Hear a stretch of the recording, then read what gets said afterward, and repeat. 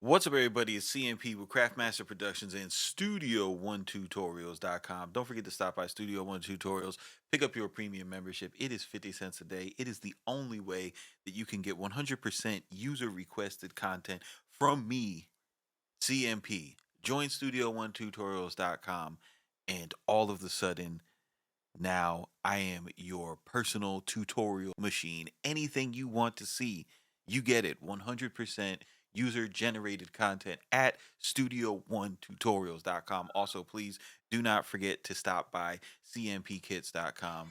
We have some amazing things that have been dropped. Now we have the Drill Devil Ableton Live template. If you're familiar with Memphis Gold, it's a similar product, just with drill MIDI and drill drum samples. You don't have to go searching for the samples, right?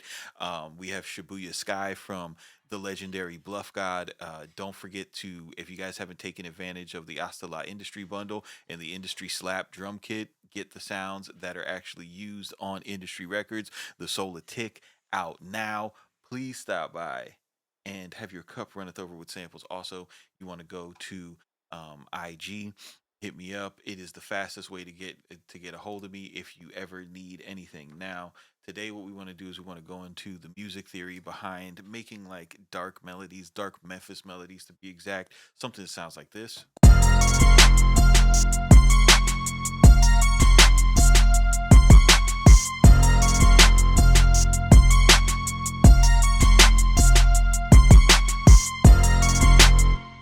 So when you want to make something dark, especially like dark for a Memphis vibe, Memphis is really kind of like the birthplace of the most recognizable pattern in trap, and it's not the 808, it's not the hi-hat, it's the piano arpeggio, right? And this piano arpeggio, it started from when I forgot who sampled it first, but whoever sampled the Exorcist theme first, and then pretty much everybody had been trying to replicate that, right? So this is what our melody looks like, and I'll show you what it's based off of. If we take and I take all these and I go to length, and let's go ahead and set them all to eighth notes. You can kind of see a little bit better what this melody is, and it's this one right here, just this very.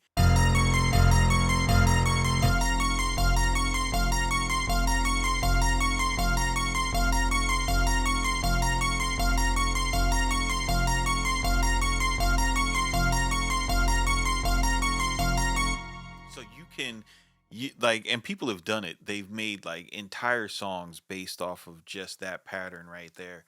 So basically, whenever you're making, like a quote unquote dark melody, what's going to be in there theory wise is if you set your scale right, and you're first going to have what this is what's called a minor second interval, or a semitone. So you're going to have this semitone movement in there, and it's going to repeat a lot. That's going to be kind of like the backbone of what you're doing. For like dark trap stuff, you do a lot of skipping from like the 1 to the 4. So this is the one note in the scale. So even though that's going up, it doesn't sound, it doesn't sound like a wedding. That-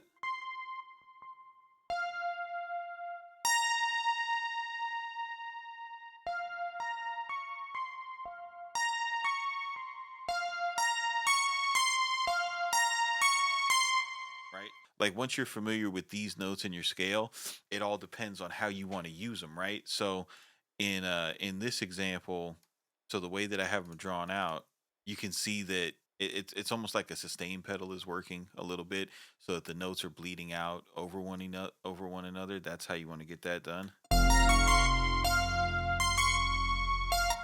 So you could go by and just make it this 1 2 3 4 1 2 3 4 over and over again, but you're gonna have a very boring catalog of beats when you do that. What's gonna make your melody awesome is having something that's repeatable, right? And we have a form here, okay? You see we're going up and then down and then up and then down. So this has a shape.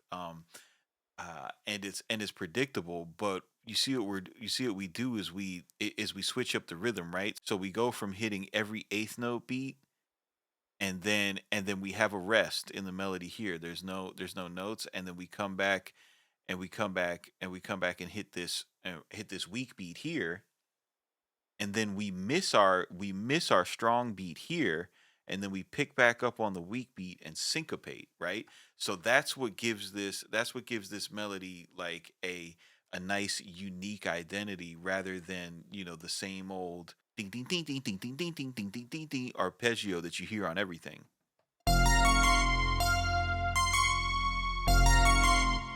And what this allows us to do is, when we duplicate it out and we get to this last step, I can put another melody on one of these backbeats, and it adds like a turnaround to it.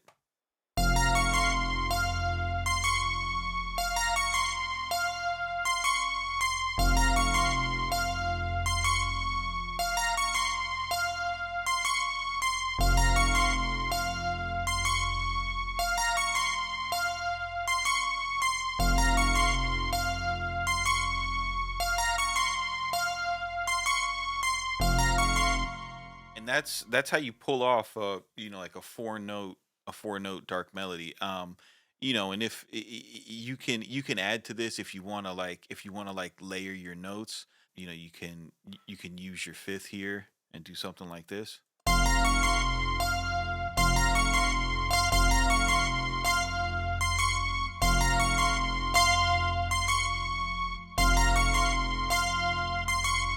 wouldn't do it here, but something like this.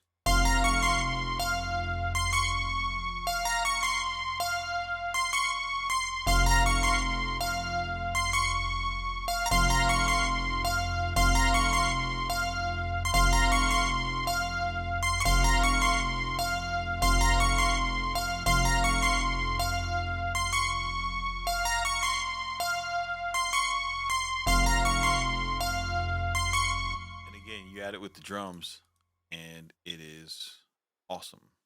I